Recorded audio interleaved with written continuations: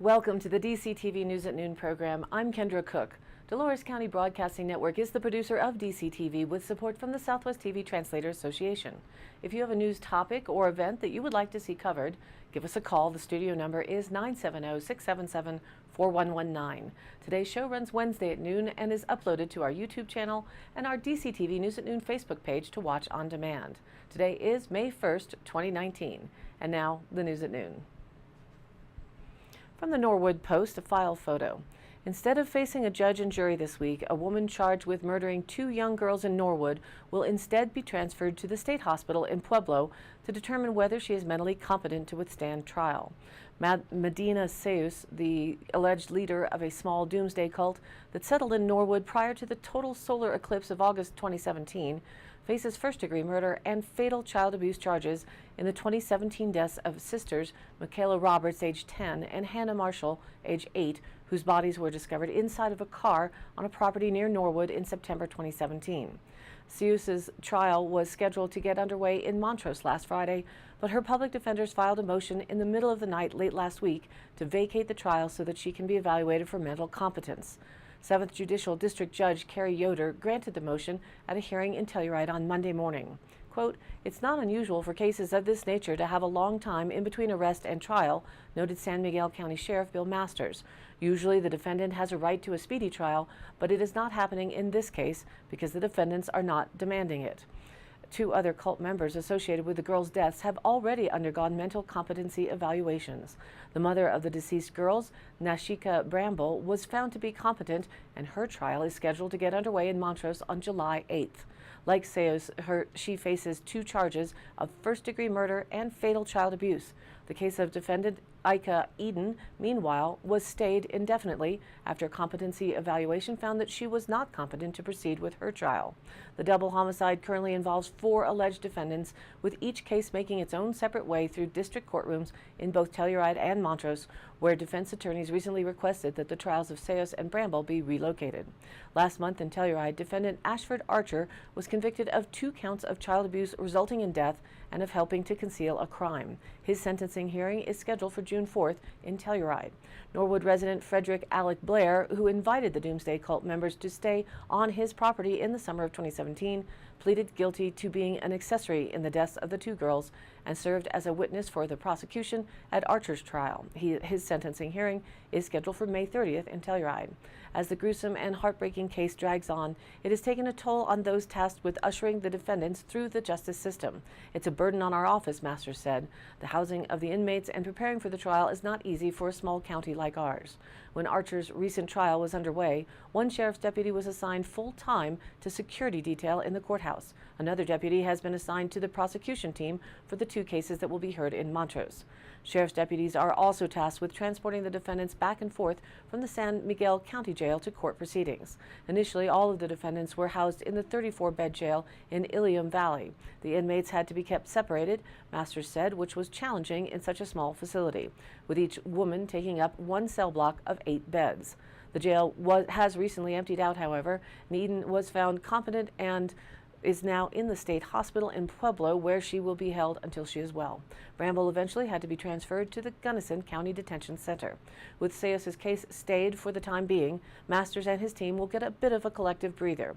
The Norwood murders have also placed a burden on the Office of the District Attorney in Montrose, which is currently prosecuting homicide cases in 4 of the 6 counties in the 7th Judicial District, on top of its business as usual. The DA's office has been working closely with the Attorney General, the San Miguel County Sheriff's Office, and the Colorado Bureau of Investigation on the Norwood murder cases. McKenzie said, "We don't have enough resources, but we are doing our jobs with the resources that we do have," she said. That is true in other rural parts of the state and country as well. This is an AP story in the Durango Herald. Altria, one of the world's largest tobacco companies, has hired lobbyists and is mounting a social media campaign against a proposal to raise Colorado's nicotine tax. The Colorado Sun reported Tuesday that an Altria lobbying arm hired local lobbyists a week before Governor Jared Polis announced the Nicotine Initiative on April 24th. Altria bought a $13 billion stake in the vaping company Juul, that's Juul, in December. The bill would ask voters to raise the tax on a pack of cigarettes from 84 cents to $2.49 and to impose a 62% tax on other nicotine products, including vaping devices. Revenues would go to schools and healthcare. The bill faces tough odds of passing before the 2019 legislature ends this Friday. From the Durango Herald with photos from Jerry McBride. It could be a very bad year for mosquitoes. Quote, "In wet years like this, all bets are off," said Pat Kelly, manager of the Animas Mosquito Control District. "We're just preparing the best we can." Every year, La Plata County's 2 mosquito control districts, the other being Florida Mosquito Control District, spray and implement other preventive measures to cut down on the number of blood-sucking insects that thrive during the spring and summer months. But this year, officials say, poses an extraordinary problem, probably for all of our surrounding counties as well.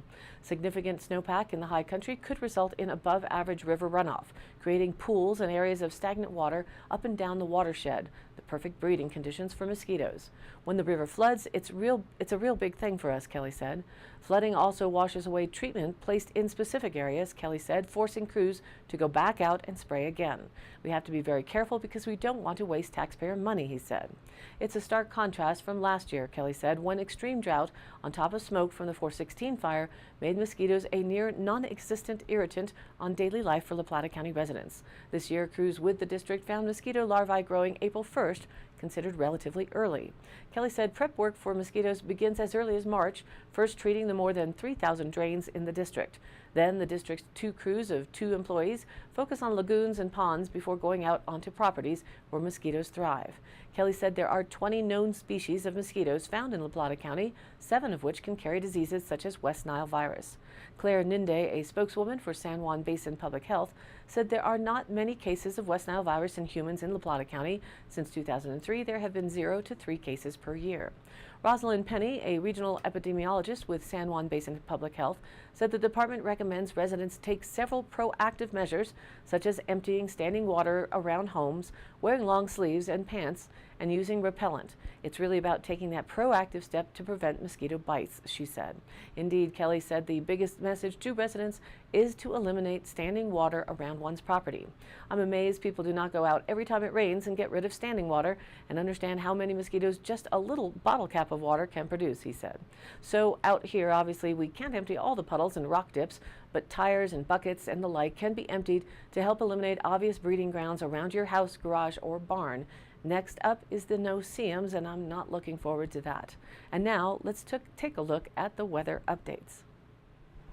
So did I mention snow in the forecast from yesterday? No, I did not. But yes, that was the white stuff falling gently down around Dove Creek this morning. So much for the National Weather Service's predictions for our specific area. And happy May Day, Rabbit Rabbit, for good luck. Taking this with a bag of salt, the 5-day local DCTV area forecast indicates today scattered rain and snow showers before 11 a.m., then scattered rain showers into the afternoon. Some possible thunder is also possible. I also saw lightning last night, taking the dogs out. The sky may be cloudy, then gradually becoming mostly sunny and hopefully with a nice bluebird Colorado sky with a high near only 49 degrees. Those northwest winds 5 to 10 miles an hour, keeping it feeling cold. Tonight, mostly clear with a low around 38. Northwest winds continue light at 5 to 10 miles an hour. Then Thursday, hopefully some of the mud puddles will dry up. It's mostly sunny with a high near 59. Winds shift east 5 to 10 miles an hour, then back to the standard west-southwest in the afternoon. Thursday night, mostly clear with a low around 35 degrees. Friday, sunny with a high near 63. Friday night, mostly clear with a low around 39 degrees. And Saturday, sunny with a high near 67 degrees. Saturday night, mostly clear with a low around 41.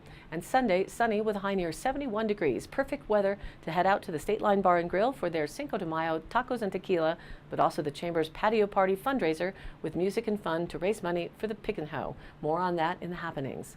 And Sunday night, partly cloudy with a low around 45. Monday, mostly sunny with a high near 69. And Monday night, partly cloudy with a low around 45.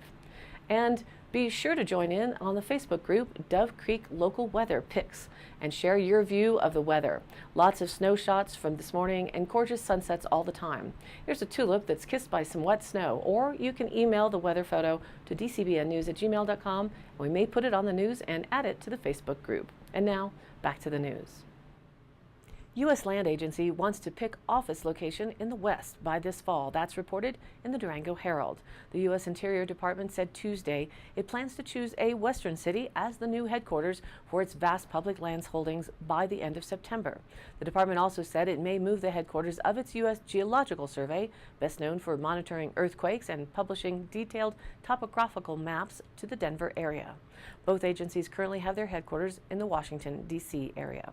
The department wants to move the Bureau of Land Management to the west to be closer to the land it oversees. The Bureau manages nearly 388,000 square miles, or 1 billion square kilometers, and 99% is in 12 western states. Officials said previously that Arizona, Colorado, Idaho, and New Mexico and Utah are in the running for the new Bureau headquarters. The proposed moves are part of a far-reaching Interior Department reorganization launched by then-Secretary Ryan Zinke. The plan includes consolidating 49 regional boundaries of 8 sub-agencies into 12 unified regions. Zinke and current Interior officials have said the reorganization will make the department more efficient and bring policymakers closer to the people most affected by their decisions. Skeptics, including some Democrats in Congress, say the plan is a waste of money and suggested it was a way to get rid of employees by forcing them to move or quit. Department officials dispute those claims. Scott Cameron, a Deputy Assistant Secretary at the department, appeared before the House Natural Resources Subcommittee on Oversight Investigations on Tuesday to defend the plan in testimony and a written statement. He said the department is still drawing up the details, including what the directors of the newly created regions would do. Cameron said about 40 Bureau of Land Management positions would be moved west this year. He said the Bureau would ask employees to move voluntarily rather than forcing them. He said the department hopes to decide on the location for the new Bureau headquarters by the end of the fiscal year, which is September 30th. Cameron said the Geological Survey does not have money in this year's budget to move many employees. He noted the agency already has a big presence in the Denver area, including the National Earthquake Information Center. He said the Interior Department would ask Congress for another $27.6 million next year to continue the reorganization. Lawmakers approved $17.5 million for this year. Reported in the Journal with photo by Erica Alvaro. A Cortez dining staple is coming back to town with plans to open Mother's Day weekend. Lots Pasta and That's a Pizza operated on the south side of Cortez for about 15 years, but closed April 2018 when its prior owners decided to retire. It's reopening downtown on Main Street in the building formerly home to Jimmer's Backcountry Barbecue, kitty corner from City Market. I'm excited to bring it back, said Stormy Cordova, the restaurant's new owner. Keep it a local's favorite. We're going to keep everything the same. Don't change something that's not broken, she said. Before assuming her current role, Cordova worked with Lots of Pasta for 8 years. Julie and Wayne Nadolski started the restaurant 18 years ago in what is now La Casita. Cordova said the business did well, and after about a year, they wanted to expand, so they moved to a larger 2-story site at 1020 South Broadway, currently home to a chronic therapy. Lots of Pasta and That's a Pizza stayed at the Broadway site for about 15 years until the Nadolskis decided to sell the building early last year. They finally got a really good offer on the building, and so they decided that they wanted to retire. They were ready to do something else with their lives, Cordova said. The team spent the last year looking for a new site, and when they heard that Jimmer's might be closing, they got in contact with the owners and made a deal. They are in the midst of buying the building through a lease-to-own purchasing option.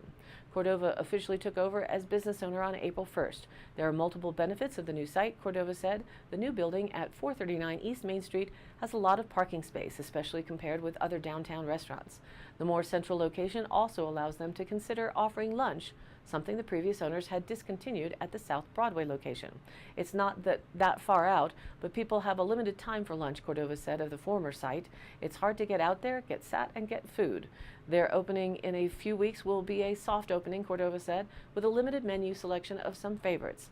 Limited menu at first, let our staff get used to the amount of people and volume and traffic that we're going to have going on, she said. The new site is definitely a larger space, she added, even when taking into consideration the former building's 2 dining rooms. Our pizza kitchen was downstairs and our pasta kitchen was upstairs, Cordova said. Separate dining rooms, having everything combined, is going to be different. It's going to be a lot more volume, especially opening in the summertime. But regardless of the move, they plan on keeping much of the same, including some of their favorite selections, like their breadsticks, a variety of pizzas, chicken parmesan, and shrimp scampi. Their all-you-can-eat Wednesday night spaghetti dinners will be back, along with Tuesday Kids Eat Free and Thursday nights Seniors Eat Free, with the purchase of a full-size entree in both cases. Nobody offers pasta. People around here love pasta, Cordova said. I'd say people love pizza too, and we hope to be covering the opening of Banger's Bar and Pizza Place in downtown Dove Creek later this spring. Today's High Canyon Country happenings. In case you hadn't heard, the Pick and Hoe 2019 is a go. The Dove Creek Chamber is helping steer the event in collaboration with the town, the fire department, our very own Carol Marie Howell, and all of the other entities and individuals who know how to make this happen. This year's theme is bringing it together, as we surely will do. But not only volunteer time and effort is needed, we need money to pay for many of the elements that are set up so that it's free to the community. To that end, the Chamber is hosting another fundraising event this weekend after the Saturday Derby Run for Your Money, 50-50, on the horse race. Sunday, May 5th, is Cinco de Mayo. Head out to the State Line Bar and Grill for their tacos and tequila, and stop out back on the patio for some music and shenanigans to raise money for the P&H. If you'd like to help raise money, give the Chamber a call and we'll help coordinate and promote your fundraiser. The number is 970-560-2856.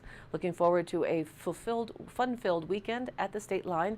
Always a fine time, and raising money for the biggest event in Dove Creek. Hope to see you there. May 2nd at 7 p.m. at the Sunflower Theater in Cortez, a showing of Free Solo from award-winning documentary filmmaker E. Chai Vasarhelyi Meru and world-renowned photographer and mountaineer Jimmy Chin comes National Geographic's documentary films Free Solo, a stunning, intimate, and unflinching portrait of the free soloist climber Alex Honnold as he prepares to achieve his lifelong dream, climbing the face of the world's most famous rock, the 3,000-foot El Capitan in Yosemite National Park, without a rope. Celebrated as one of the gives me chills, goosebumps. Celebrated as one of the greatest athletic feats of any kind, Honnold's climb set the ultimate standard: perfection or death. Succeeding in this challenge, Honnold enters his story in the annals of human achievement. Free Solo is both an edge-of-your-seat thriller and an inspiring portrait of an athlete who exceeded our current understanding of human physical and mental potential. The result is a triumph of the human spirit. And all of the happenings are posted on our DCTV News at Noon Facebook page, along with our YouTube channel, on-demand replays, weather notices, original stories, and local posts. To share your event or information, remember you can contact us by email at dcbnnews@gmail.com or call us at the station 970-677-4119. And thank you for tuning in. News at Noon airs at noon Monday through Thursday, and then is available on demand online on our YouTube channel and our DCTV News at Noon Facebook page. Please like us there and share it with a friend. This has been a production of DCTV for the News at Noon program out of Dove Creek, USA. I'm Kendra Cook. Thank you for watching.